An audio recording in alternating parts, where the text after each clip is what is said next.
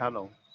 નમસ્કાર, મુંબઈ સમાચારમાં આપનું સ્વાગત છે. અને અત્યારે હાલ જ્યારે સ્થાનિક સ્વરાજની ચૂંટણીનો માહોલ ગુજરાતભરમાં જોવા મળી રહ્યો હોય ત્યારે મુંબઈ સમાચાર પર વરિષ્ઠ પત્રકાર અને રાજકીય વિશ્લેષક મારી સાથે લાભુભાઈ કાતરોડિયા જોડાયેલા છે. લાભુભાઈ, આપનું સ્વાગત છે. હા, નમસ્કાર. મુંબઈ સમાચાર પર એ જણાવવાનો પ્રયત્ન દર્શક મિત્રોને કરવો છે કે અત્યારે હાલ ખાસ કરીને આપ જે વિસ્તારમાં છો, અમરેલી અને ભાવનગર પંથકમાં કેવો માહોલ જામેલો છે અને પ્રજા પાસે રાજકીય પક્ષો કેવા મુદ્દા લઈને જઈ રહી છે કે મુદ્દાનો કોઈ અભાવ છે? શું કહે છે રાજકીય પંડિતો? ભાવનગર જિલ્લામાં તો ત્રિપાંખીયો કહેવાનો છે, બાકી ભાજપ અને કોંગ્રેસ વચ્ચે જંગ છે.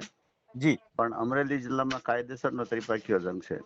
અને પ્રથમ વખત એવી ચૂંટણી છે સ્થાનિક સ્વરાજની કે જેમાં સત્તાધારી પક્ષને પરસેવો પાડવો પડે, એને જાકારો સહન કરવો પડે, એમના વિરુદ્ધના દેખાવો જ્યાં ત્યાં થઈ રહ્યા છે.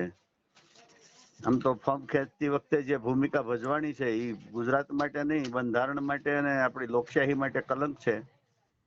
અને છતાંય આ લોકો ચૂંટણી જીતવાના મૂડમાં છે. કદાચ જીતી જવાય, બિનહરીફ ઘણી સીટો કરી છે એટલે.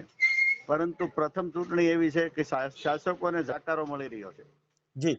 લાભુભાઈ, આ જે શાસકોને જાકારો મળી રહ્યો છે તેનું મૂળ કારણ શું છે? પ્રજા શું વિચારી રહી છે? મૂળ ચૂંટાયા પછી 5 વર્ષ લોકોની વચ્ચે કોઈ જતું જ નથી. કોર્પોરેટરના નામ પણ કોઈને આવડતા નથી. કોણ તમારા વિસ્તારના કોર્પોરેટર છે? આથી વિશેષ કમનસીબી કઈ હોઈ શકે? લોકો મત લઈને માત્ર જલસા કરે છે અને પોતાનો ધંધો જમાવે છે, બાકી પ્રજાની કોઈને પડી નથી અને પ્રજાની સમસ્યાની પણ કોઈને પડી નથી. જી.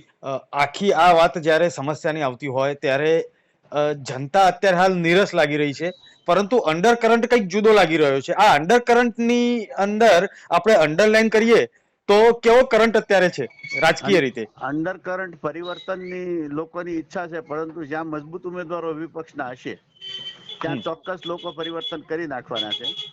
પણ જ્યાં નબળા ઉમેદવારો હોય કે મૂકવા ખાતર મૂક્યા હોય ત્યાં પછી ગમે તેને મત આપી દેવાય એવું તો ન ચાલે. એટલે ત્યાં સત્તા પક્ષને ફાયદો થશે. જી. આ આખી વાતમાં જ્યારે ઉમેદવારો જનતા વચ્ચે જતા હોય, ખાસ કરીને ભાવનગર શહેર હોય કે ભાવનગર જિલ્લો હોય કે અમરેલી આખું પંથક હોય, ત્યારે એ સમજવાનો પ્રયત્ન કરવો છે કે જનતા નીરસ કેમ દેખાઈ રહી છે? જનતા નીરસ એટલા માટે છે કે જનતા જોવે છે, તેલ જોવે, તેલની ધાર જોવે, ત્યાર પછી નિર્ણય કરશે. પણ નિર્ણયમાં એવું છે પરિવર્તન કરવું છે, પણ પરિવર્તન કરવા માટે સક્ષમતા કોની પાસે, કોનો ચૂંટણી એજન્ડા ઢંઢેરા વ્યવસ્થિત છે અને કોણ કીધેલું વચન પાળી શકે એવા છે, એમની સંશોધનમાં છે.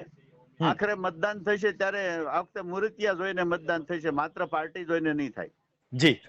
લાભુભાઈ, આપે ભાવનગર, અમરેલી સહિતના આ વિસ્તારનો એક વર્તારો રાજકીય રીતે આપ્યો તે બદલ હું આપનો ખૂબ ખૂબ આભાર માનું છું અને મુંબઈ સમાચારમાં જોડાયા બદલ આપનો આભાર માનું છું. Thank you.